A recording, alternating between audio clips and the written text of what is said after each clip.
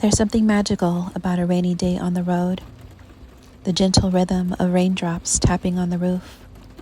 The world outside slows down, inviting you to pause, breathe, and simply be. Inside this tiny home on wheels, it's a moment of warmth, comfort, and stillness. A reminder that sometimes the most beautiful journeys happen within. So let the rain play its melody and let yourself sink into the peace it brings. Find peace in every drop. Subscribe for more mindful moments on the road.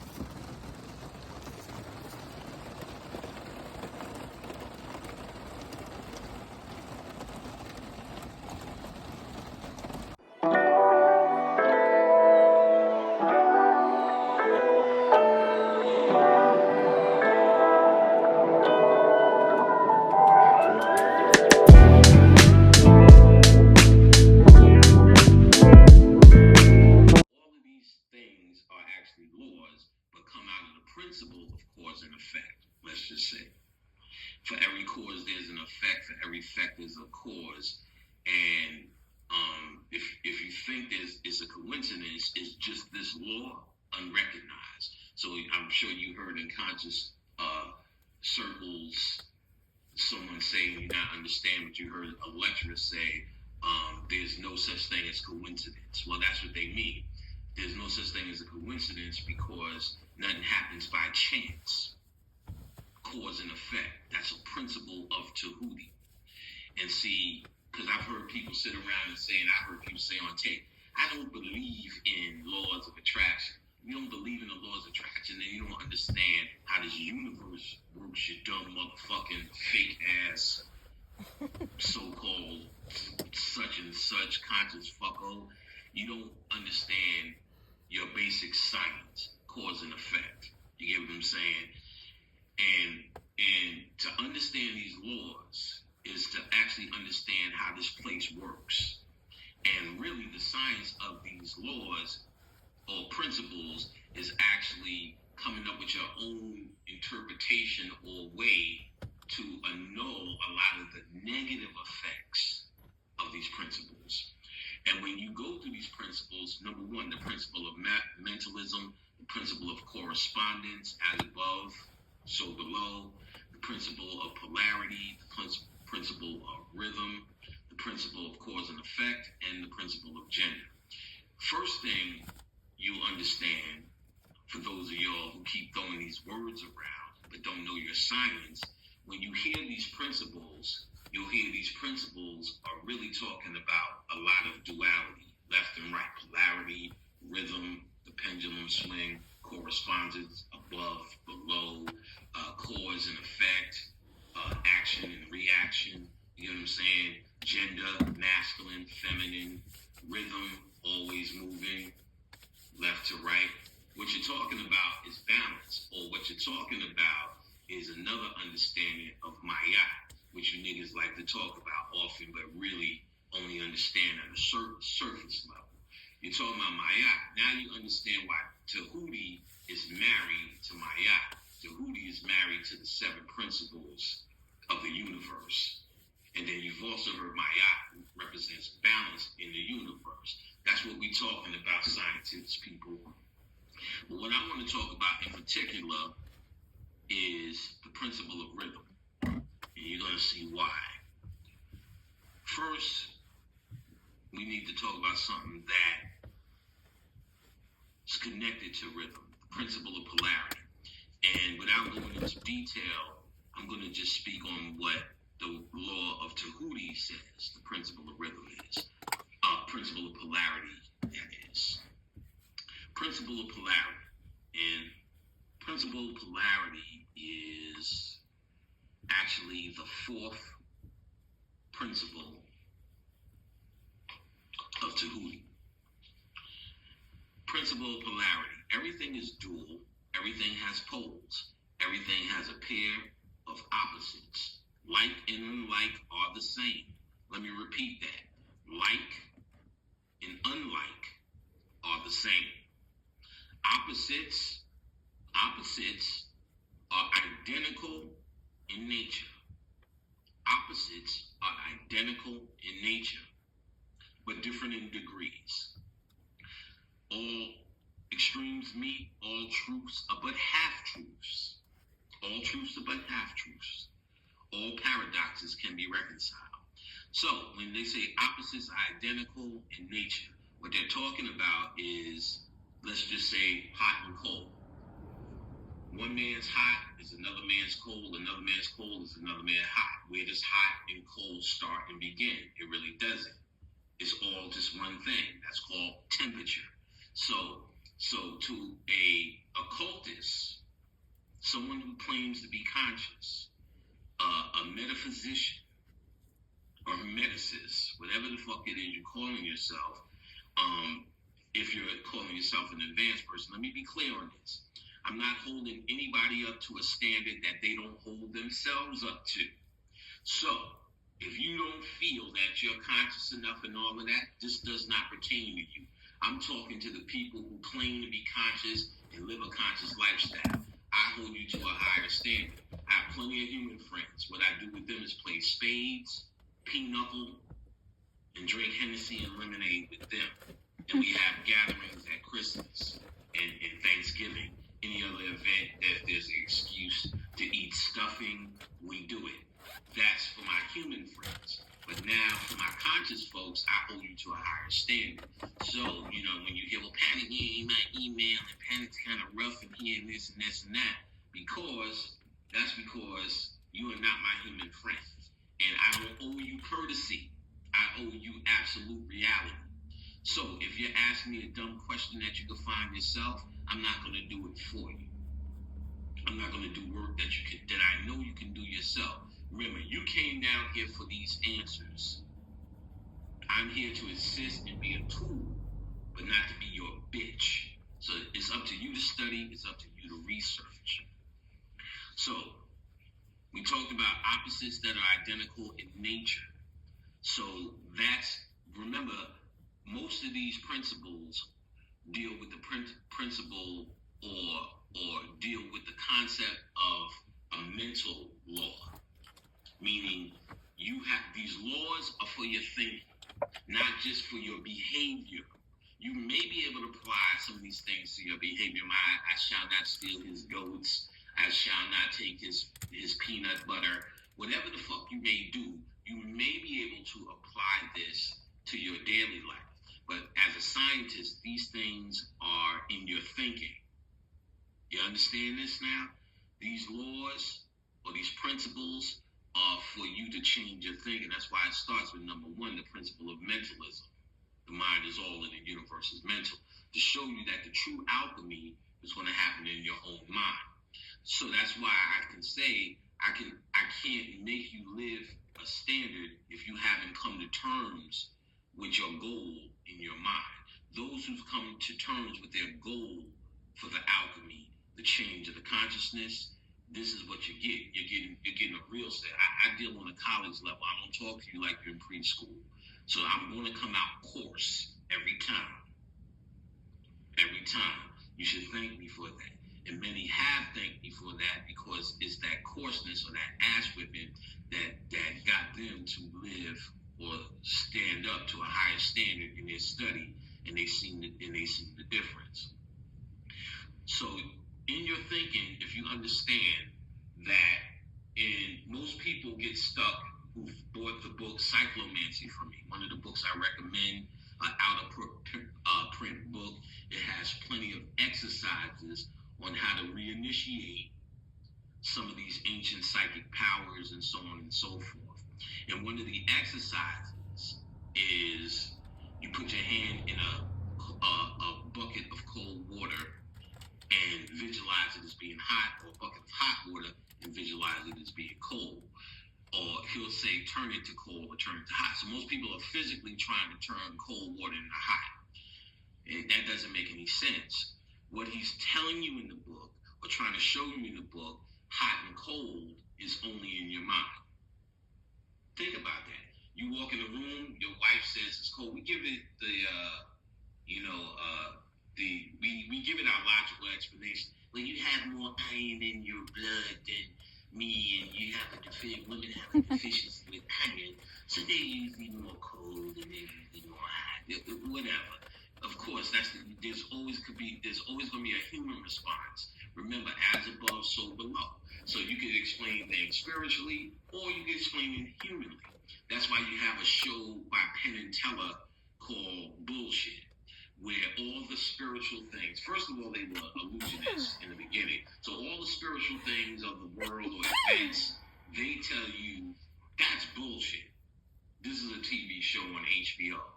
That's bullshit. And then they give you the human interpretation of why it happened. You know, Scooby-Doo. It was Mr. Bill in the room with the knife. You tricky fucking, he would have got away if it wasn't for you pesky kids. So there's always a human interpretation for spirituality. It's your mentality that's going to make it. If you understand certain concepts that all human events on the planet does have a spiritual birth. Tonight, we welcome the Capricorn New Moon, a celestial invitation to reset, refocus, and build strong foundations for the future. Capricorn, the wise and steady mountain climber of the zodiac, teaches us the value of patience, discipline, and unwavering determination.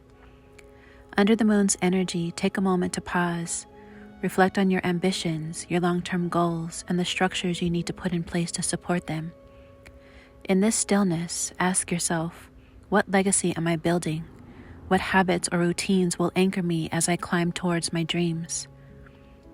This isn't about instant results. It's about planting seeds, committing to the journey, and trusting that every small step matters. So light a candle, open your journal, and write down your intentions. Be clear, be intentional, and trust the process. The universe supports those who move with purpose under the steady glow of the Capricorn New Moon. Set your intentions, build your foundation, trust your journey, and subscribe for more lunar reflections.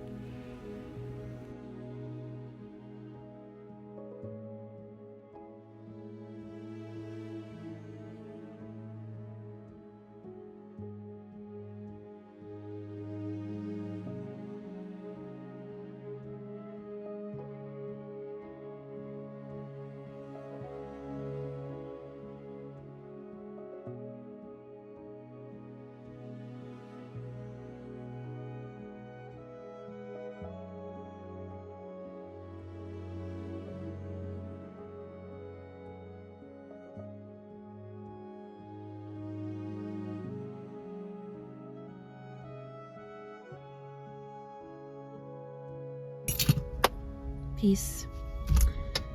So what you guys were listening to earlier is Brother Panic. I enjoy listening to him. He's on some esoteric metaphysical shit, which is what I live by.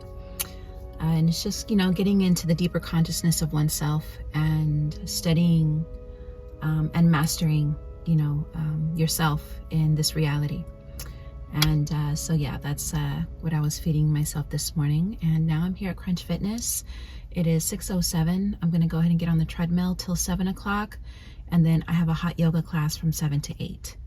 So blessed moon day. It is Capricorn New Moon. And all of my Cappies out there that are listening to this is the last new moon in Capricorn for this year. So just make sure that you are being very intentional today. It's ruled by the moon. So if there's moments where you can get into some introspection, and if you do work for yourself, and have the capability to not be around chaos and noise, just really sit back and honor the moon today, and really think about what you want going forward and what that's going to look like, and stay in those visions. And remember that you have the power to create any reality that you desire for yourself. Remember, we're a sea goat. We swim the deepest sea and we climb the highest mountains. That's what we're represented by. And also remember that you are the devil in the tarot card. And so you have power over many, many things. We are the beginning and the end. We are the alpha and the omegas. So Capricorns, you know, we're a little different. We definitely are a little different. So, all right, time to go get this workout in.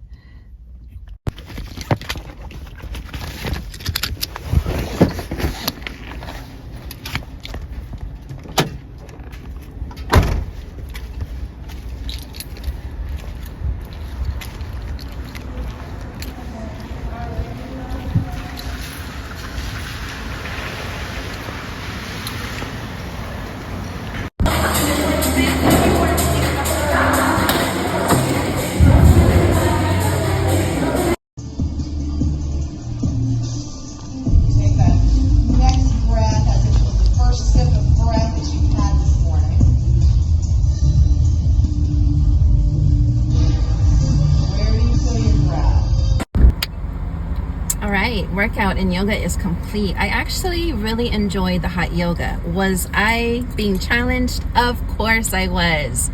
My body was like, I don't know what you're trying to do, but I'm not trying to do the most like your brain is trying to do the most. But, you know, I haven't done yoga in I don't know how long, so it was nice to, I don't know, just kind of connect with my body again, you know? And, lady, it's not going to get any greener than that. Are you going to go or what?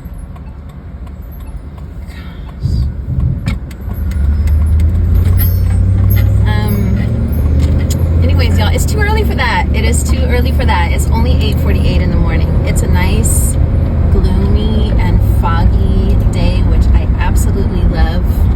This is the perfect energy for a Capricorn New Moon. Let me show you. Isn't that beautiful? I love it. Such my vibe.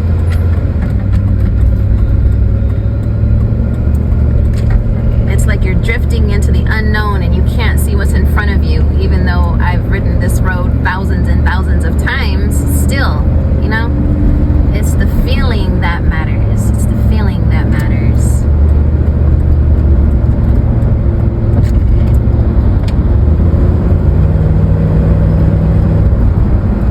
Did not see that. It was still yellow. Yeah, one thing about my van, like this light that's coming up, I cannot make immediate stops, because if I do, then my stuff in the back like starts to move forward, and I'm not gonna put my van through that. So yeah, if I notice that I can make it before it turns red, I mean, it'll be all right. How in the hell? This girl has a mess in the back. Can y'all see her trying to eat right here?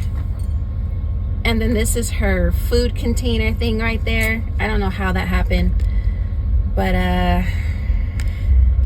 whenever she's in here by herself, there's just always something going on. She's like my little baby child. It's 8:50 right now, so I think I'm actually going to turn around. Did I pass it? And go get me some café con leche. I did pass it, so I'm going to turn around and do that.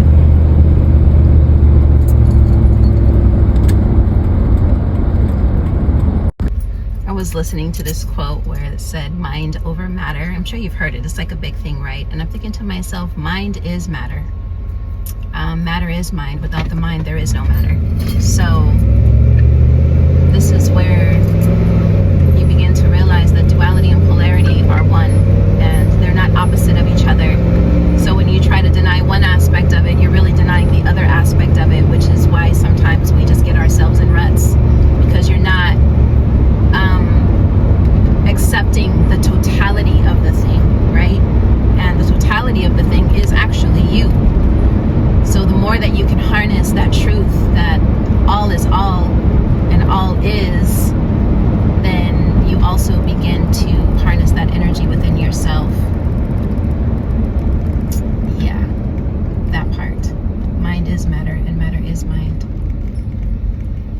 right, y'all, it's time to start my day. Peace. Thank you so much for joining me under the Capricorn New Moon. If you enjoyed this moment of reflection, don't forget to like, comment, and subscribe. It helps this space grow and keeps our journey connected. As we close this chapter of the night, remember, the Capricorn New Moon is a powerful reminder that every small step matters. Be present with your thoughts, intentional with your actions, and grounded in your visions. You are the creator of your reality, and the energy you bring into this moment shapes the path ahead. Take a deep breath, trust yourself, and let the steady energy of Capricorn guide you as you build the life that you desire, one intentional step at a time.